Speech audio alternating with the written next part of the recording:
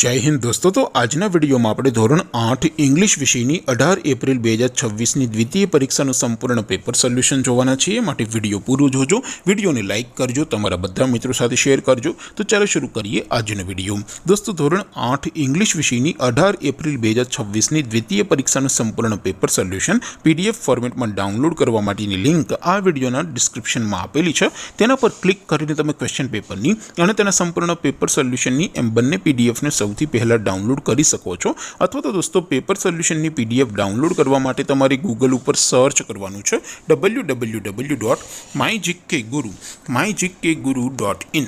આ વેબસાઇટ તમે સર્ચ કરશો એટલે જે પહેલી લિંક આવશે એના ઉપર તમારે ક્લિક કરવાનું છે।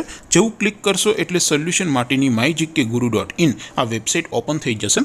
વેબસાઇટ ઓપન થયા પછી તમે સ્ક્રોલ કરીને થોડાક નીચે જશો તો ત્યાં તમને દ્વિતીય પરીક્ષાના સોલ્યુશન માટેના ધોરણ વાઇઝ લીલા રંગના બોક્સ જોવા મળશે। દોસ્તો અહીંથી તમે કોઈપણ ધોરણની બધા જ વિષયોની દ્વિતીય પરીક્ષાના ક્વેશ્ચન પેપર અને તેના સંપૂર્ણ પેપર સોલ્યુશનની પીડીએફને સૌથી પહેલા ડાઉનલોડ કરી શકો છો। જેમ કે દોસ્તો અત્યારે હું ધોરણ 8 માટે ધોરણ 8 વાળો બોક્સ ઉપર ક્લિક કરીશ। જેવું ક્લિક કરશો એટલે નવું પેજ ઓપન થશે। નવું પેજ ઓપન થાય એમાં તમે સ્ક્રોલ કરીને થોડાક નીચે જશો તો ત્યાં તમને ધોરણ 8 પેપર સોલ્યુશન 2026નું એક બોક્સ જોવા મળશે।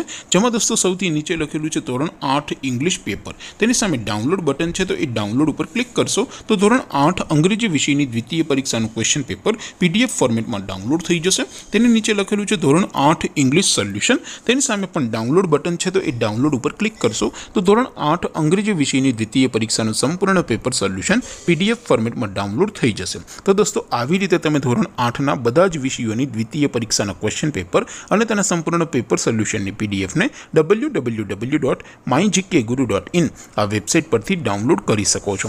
તેમ છતાં કોઈ ક્વેરી હોય, કોઈ પ્રશ્ન ન સમજાતો હોય તો નીચે કોમેન્ટ કરીને પૂછી શકો છો। અધરવાઇઝ આપણે નવા વિડીયોમાં મળીશું, ત્યાં સુધી રજા આપો। આવજો દોસ્તો। જય હિન્દ, વંદે માતરમ।